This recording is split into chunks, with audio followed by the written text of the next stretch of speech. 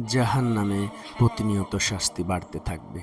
প্রতিদিন যে শাস্তি দেওয়া হবে তা তার আগের দিনের চেয়েও বেশি হবে। অর্থাৎ এ শাস্তিতে কারো অভ্যস্ত হওয়ার সুযোগ নেই।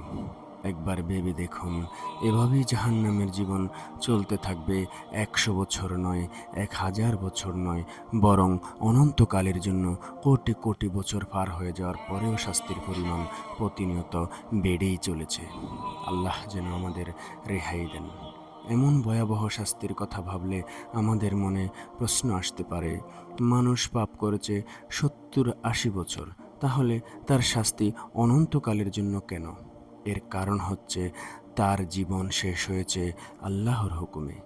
তাকে যদি অনন্তকাল বেঁচে থাকার সুযোগ দেওয়া হতো, সে অনন্তকাল আল্লাহকে অমান্য করে যেত, সে অনন্তকাল অন্যের হক নষ্ট করে যেত, সে অনন্তকাল অবিচার করে যেত।